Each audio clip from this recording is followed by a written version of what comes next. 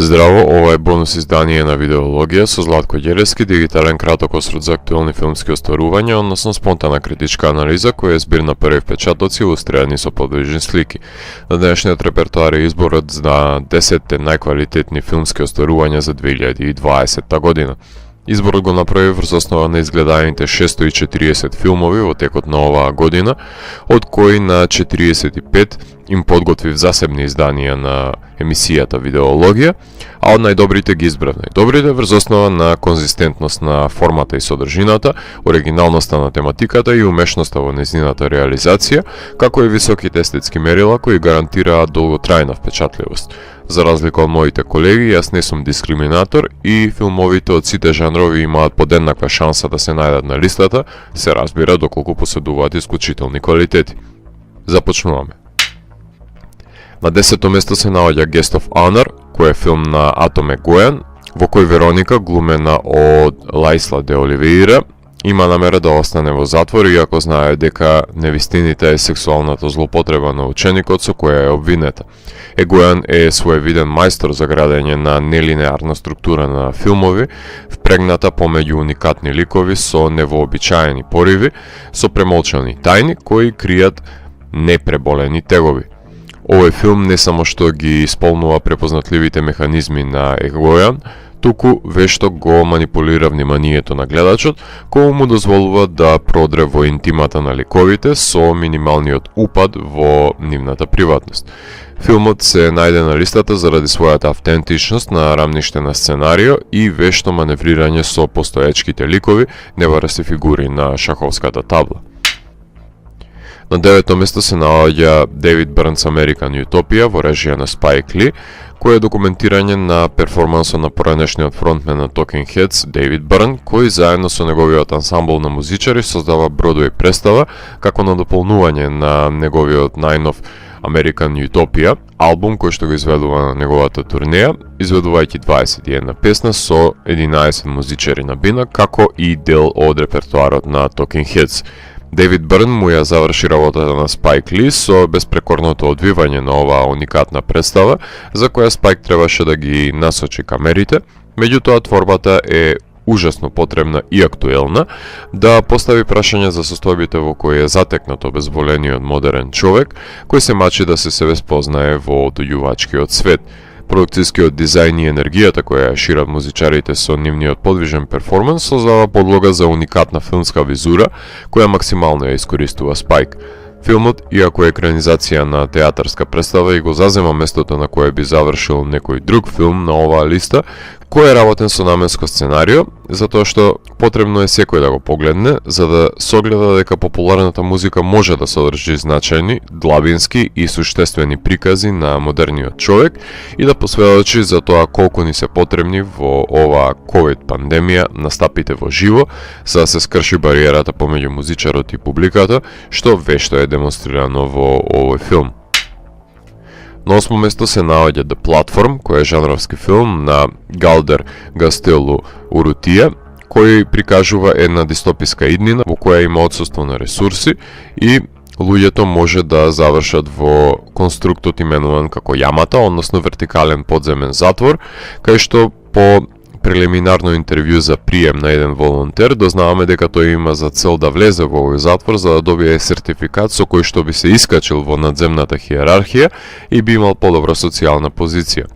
Филмот се најде на листата затоа што на автентичен начин ја прикажува меѓучовечката зајадливост во капиталистичкиот свет, во кој секој на секого се уште му е волк, ситејќи се доколку се наоѓа на врвот на хиерархијата, а доколку заврши на дното ќе му преостанат трошките ако воопшто ги добие. Животот е тркало и многу лесно може да се разбудиме на дното, иако вчера сме биле на врвот. Од секоја што потенцирал дека квалитетниот хорор филм во себе мора да содржи детално разработена мелодрама, есенцијална карактеристика која би се надградила со жанровските тропи, а во случајот на The Platform содржи и силна социокритика која ја немаат дури ни најангажираните драми. На 7-о место се наоѓа Les Miserables во режија на Ладжли, кој представува филм во кој бригадирот Стефане Руис, глумен од Дамиен Бонард, е полицаец кој се преселува во рурален предел во Париз за да биде поблиску до неговиот син од разведениот брак, а неговите колеги од антикриминалната бригада го воведуваат во функционирањето на населбата, запознавајќи го со сите криминогени субјекти на кои треба да внимаваат. Тензијата помеѓу криминалците, полицајците и децата ескалира по една непремислена одлука. Овој филм, исто како и The Platform, содржи силна социокритика, меѓутоа насочена кон хиерархијата на улицата, на која царува мизеријата, а на незините тронови седат матни ликови кои ја злоупотребуваат моќта. Приказ на темната страна на Париз, кој фрла светло врз исправноста на одредени одлуки, кои се базираат на меѓусебна омраза, начела, поради кои овој филм се најде на листата. На шесто место се наоѓа Фадер на Срđan Голубовиќ, филм во кој Никола Стојковиќ, глумен од Горан Богдан, живее во градче во Србија и работи како дрва, смогнува сили да пешачи 300 км до Белград само за да се сретне со министерот и да поразговара со него за да ја поништи наредбата на социјалната служба која му ги одзема неговите деца за тоа што нема основни услови за живот во неговата куќа.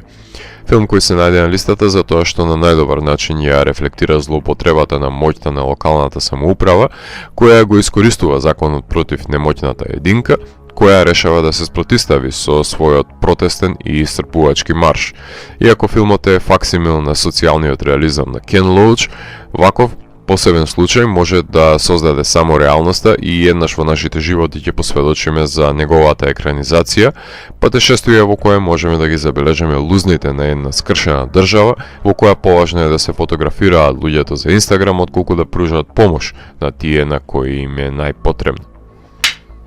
На петото место се наоѓа I'm Thinking of Ending Things во режија на Чарли Кауфман, во кој млада девојка, глумена од Джеси Бакли, патува заедно со незиниот дечко Джейк, глумен од Джеси Племенс, на посета на неговите родители на среде снежна бура во оддалечена фарма од цивилизацијата. Ова патување се претвора во навирање на спомените на еден одминат живот, премотување на чинителите на една екзистенцијална криза, кои ги прекршуваат временските и просторните координати. Филмот се најде на листата за тоа што на игрив начин манипулира со чинодејствието, вешто си поигрува и со предпоставките на гледачот, додека не го наметне за скриениот пресврт. Филмски магионичар кој успева да го изведе својот трик, а при тоа му нуди на гледачот неповторлива визуелна стилизација. На четврто место се наоѓа Sound of Metal на Дариус Мардер, кој е филм за тапанарот Рубен Стоун, глумен од Риз Ахмед, кој еден ден се буди во својата камприколка и забележува дека го има изгубено слухот, кој само ги начнува екзистенцијалните прашања за кои долго време ги занемарувал Рубен, меѓутоа испливуваат на површина во мигот кога координатите на неговиот дотогашен свет ќе се срушат.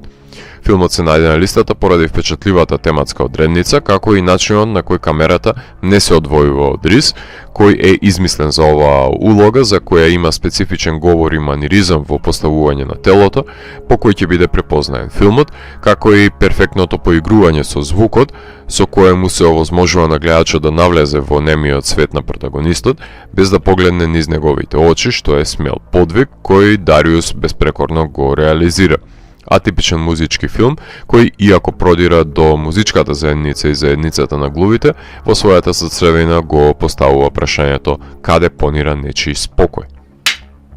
На трето место се наоѓа Never Really, Sometimes Always во режија на Елайза Хитман, филм за двете најдобри пријателки, 17 годишните братучетки Отум и Скайлер, глумени од Сидни Фланиган и Талија Рајдер, кои во мигот кога ќе забремени Отум се соочени со предизвиците да се направи абортус во локалните христијански клиники кои не го допуштаат тоа, па затоа со помош на Скайлер и малкуте пари кои може да ги издвојат од работа, се качуваат во автобус и заминуваат за Њујорк за да ја завршат процедурата. Филмот се најде на листата затоа што на најдобар можен начин не само што ги обединува тропите на роуд филмот и coming of age филмот, туку со помош на одличната фотографија го прикажа заемништвото на двете девојки кои лутаат низ големиот и стравичен град, кој несомнено дека може да ги проголта, доколку не си помогнат една на друга кога им е најтешко.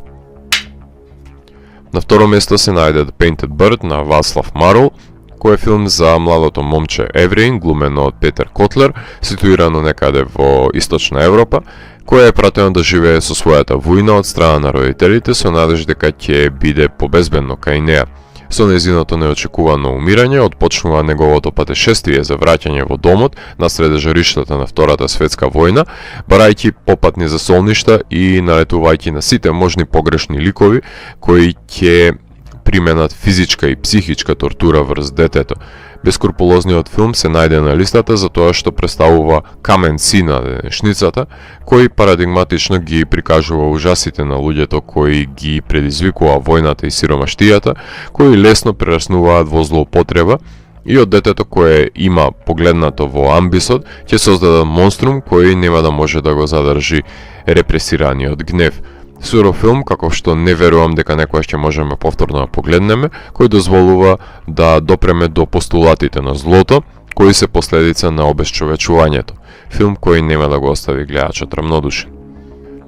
На почесно место на листата од 20-тото до 11-тото место се наоѓаат Манк, Виталина Варела, Another Round, And Then We Danced, Down Natasha, I Lost My Body, Corpus Christi, Uncut Gems, A Hidden Life, First Cow. На прво место на листата се наоѓа Посесор во режија на Брендон Кроненберг, во кој Тасја Вос, глумена од Андреа Розенбро, е платена убика, најмено од една тајна организација која што потребува импланти во мозокот за да запоседнат туѓи тела, при што Тасја би можела да влезе во нивните тела и да изврши убиства, најмена од богатите клиенти на компанијата. Иако таа има стекнато големо искуство и развиено афинитет кон работата, се појавуваат одредени самосвесни нагони и сеќавања во неа, кои не може да ги потисне, а додека слабее нејзиниот ментален склоп, таа ќе заглави во машко човечко тело на домаќин кој ќе сака да се отстрани од неа.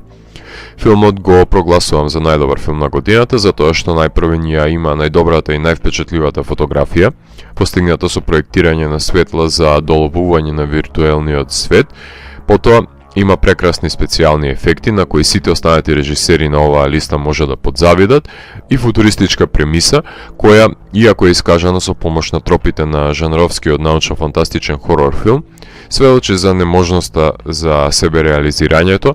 кога од толку гостувања во туѓи тела ќе се почувствувате како странец во сопственото. Најадекватен пример за супериорноста на жанровскиот филм, која ќе биде реализиран на страна на млад автор, филм кој во иднината ќе се преобрази во недостижно култно остварување по кое ќе се памети оваа филмска година.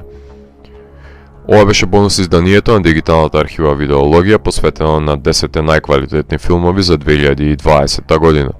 Доколку ви се допадна, лајкувајте го видеото, споделете го и следете го каналот. Посегнете и поснатите рецензии на виртуелната полица. И благодарам за вниманието. Среќни празници и нека 2021 година ви биде исполнета со филмски изданија кои ќе ви го променат животот. Поздрав!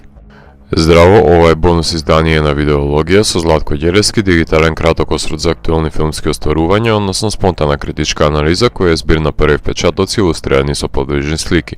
На денешниот репертоар е изборот за